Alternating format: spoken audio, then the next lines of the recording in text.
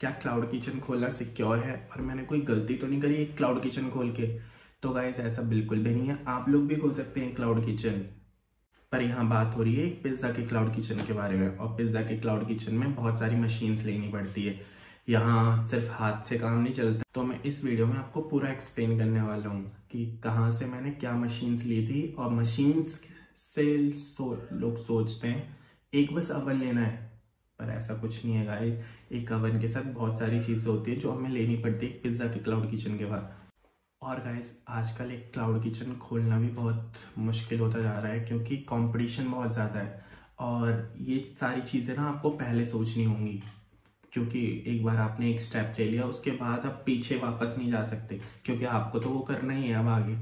और आपको एक क्लाउड किचन खोलने से पहले एक एसओपी बनानी पड़ेगी कि आपको क्या क्या चीज़ों की रिक्वायरमेंट है और क्या क्या मशीन्स लेनी है, क्या क्या इक्विपमेंट्स लेने हैं और क्या क्या सामान लेना है आपको। वो चीज़ें आपको बहुत ज़रूरी हैं क्योंकि आप बाद में, आप जैसे कि मैं देहरादून से हूँ और मुझे दिल्ली जाना था और बहुत सारे सामान मुझे वहाँ से लाने थे, पर अगर मैं एसओपी नहीं बनाता तो मैं बिल्कुल आधे सामान लाता, आधे लाता ही नहीं। और जैसे कि ऐसा नहीं है कि सिर्फ एक अवन ले आया और काम हो गया पिज्ज़ा का, नहीं ऐसा कुछ नहीं है। हाँ मतलब आप एक माइक्रोवेव से अगर छोटा मोटा क्लाउड किचन खोल रहे हो कि स्मॉल पिज्ज़ा के लिए, बस ऐसा कुछ नहीं है। पर मेरा एक रेस्टो स्टाइल का पिज्ज़ा है, तो मैंने पूरा हर चीज़ प्रॉपर एक प्रोफेशनल तरीके से करी है। और गाइस अगर आप नए हो मेरे यूट्यूब चैनल पे तो प्लीज़ लाइक, सब्सक्राइब और शेयर ज़रूर करें वीडियो को। और इस वीडियो में आपको पूरा एक्सप्लेन करूँगा कि एक क्लाउड किचन खोलने के लिए आपको क्या क्या चीज़ों की रिक्वायरमेंट होती है, तो प्लीज़ स्टे ट्यून। तो हेलो गाइस, मेरा नाम किशन है और मैं एक क्लाउड किचन रन कर रहा हूँ सैमिस पिज़्ज़ा नाम से। तो एक क्लाउड किचन खोलने के लिए सबसे इम्पॉर्टेंट चीज़ होती है फसाई का लाइसेंस, जो आपको बनवाना ही पड़ेगा क्योंकि ये स्विगी और जोमेटो में हर चीज़ में ऐड होता है।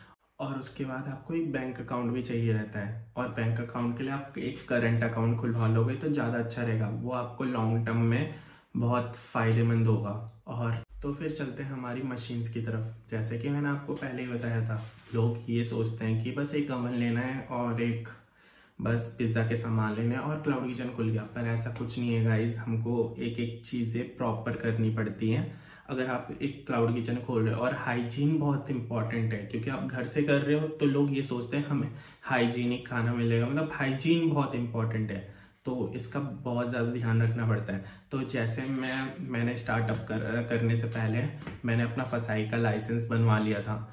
तो उसके बाद मुझे दिल्ली जाना पड़ा था सामान लेने के लिए, और दिल्ली से मैंने सामान लिया था और दिल्ली में मैंने चावड़ी बाज़ार से सामान लिया था। और वहाँ में जाकर मैंने अवन लिया था, डो किंडर लिया था, डो मशीन जिसमें हम डो गूंथते हैं। मैंने पिज़्ज़ा के इक्विपमेंट्स लिए थे, पिज़्ज़ा फोक, पिज़्ज़ा स्क्रीन, पिज़्ज़ा के बॉटल्स, मतलब सॉस के बॉटल्स, और बहुत सारी चीज़ें ऐसी छोटी मोटी, पिज़्ज़ा कटर हो गया, हर चीज़ ले ली थी मैंने वहाँ से, क्योंकि वहाँ पे सामान सस्ता मिला था। तो आप लोग भी वहाँ जाकर आप चावड़ी बाज़ार में पता कर सकते हो पिज़्ज़ा के इक्विपमेंट्स के लिए और मशीन्स के लिए। और सबसे ज़रूरी होता है हमारा बजट। हमारा बजट कितना है जिससे हम एक क्लाउड किचन खोल सकते हैं। तो क्लाउड किचन खोलने के लिए जैसे कि आप वीडियोस देखते होंगे कि 1 लाख के अंदर हम एक क्लाउड किचन खोल सकते हैं, 1 लाख से कम में, 50,000 में, मतलब ऐसी वीडियोस मैंने बहुत सारी देखी। पर एक्चुअल जब मैंने एक क्लाउड किचन खोला तब मुझे पता चला एक्चुअल अमाउंट कितना लगा है और आगे कितना लगेगा, क्योंकि आगे भी बहुत सारी चीज़ें होती हैं जो आपको आइटम्स बढ़ाने होते हैं, सेल करनी होते हैं, फिर उसके बाद हर चीज़ इंपॉर्टेंट होती है। तो फिर जैसे कि मैंने अवन लिया था, ये अवन लिया था मैंने 27K में, ठीक है, 27,000 में अवन लिया था मैंने। और अवन के साथ मैंने डो मशीन ली थी, डो मशीन मुझे पड़ी थी 14,000 की, ठीक है। तो 14,000 की डो मशीन पड़ी थी और मैंने पिज्ज़ा के इक्विपमेंट्स लिए थे, वो मुझे 6,000 कुछ के पड़े थे। और फिर मैंने देहरादून आकर एक डीप फ्रीज़र लिया था जिसकी कॉस्ट मुझे पड़ी थी 23,500। तो मैंने ये सब सामान लिया था, और फिर सामान के साथ मुझे पिज़्ज़ा का रॉ मटेरियल भी लेना था, पिज़्ज़ा सॉस, वाइट चीज़, मोज़रेला, ये सब कुछ लेना था। तो इसकी कॉस्ट तो आपको आपके एरिया के हिसाब से ही पता चलेगी। और मैंने एक फ्रायर भी खरीदा था दिल्ली से, और एक मैंने ग्रिलर भी खरीदा था सैंडविचेस के लिए, और इन दोनों की कॉस्ट आई थी मुझे 6,000 रुपये। और भी बहुत सारे आइटम्स थे जैसे कि डो की ट्रे होती है, पिज़्ज़ा पील होती है, और पिज़्ज़ा फोक होती है लाइक, और मैंने मेज़रमेंट मशीन भी ली थी कि डो जब बनाते हैं उसके बाद मेज़र करके बनाना होता है सब कुछ। तो फिर ये सारी चीज़ें तो आप लोगों को पता होंगी। तो जैसे कि जब मैं दिल्ली गया था तो मेरा बजट 1 लाख था, पर जैसे जैसे क्योंकि मैं कुछ सामान मैंने एसओपी बनाई थी, पर कुछ सामान ऐसा था जो मैं भूल गया था और मुझे वहाँ जाके याद आया कि मुझे ये सामान लेना भी ज़रूरी है और मैं ये चीज़ें आगे बढ़ा सकता हूँ, जैसे कि फ्रायर ग्रिलर वगैरह। ये नहीं सोचा था मैंने, जब खोलने से पहले मैंने ये सोचा था सिर्फ पिज़्ज़ा के आइटम्स रखूँगा और कुछ नहीं रखूँगा, कि जो चीज़ें डो से बनती है और डो। फिर मैंने वहाँ जाके सोचा कि अगर आइटम्स ज़्यादा होंगे तो ज़्यादा मतलब अच्छा रहेगा, मेरे लिए ही अच्छा रहेगा। तो फिर मैंने ये सारी चीज़ें ली और उसके बाद मेरा बजट पूरा हिल चुका था। और जब लास्ट मैंने मतलब टोटल करा था तो मेरा सब कुछ मतलब जब मेरा क्लाउड किचन पूरा खुल गया था तो उसकी कॉस्ट आई थी 1,60,000 रुपये।